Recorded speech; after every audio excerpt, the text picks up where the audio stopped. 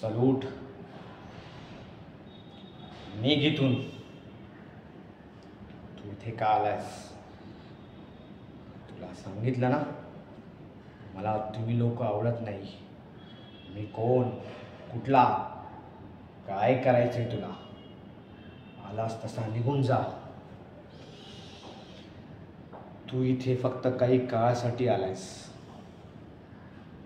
मी मात्र इथे अनादी कालापासून वावरतोय. हे संपूर्ण वापलेलं सत्व हेच माझं अस्तित्व. इथे कोणी येत नाही, इथे कोणी जात नाही. चीर शांततेत बुडालेल्या अथांग अस्तित्वाचे काही अंशात्मक संकेत सापडतात. जसा की रो रो करणारा वाऱ्याचा आवाज,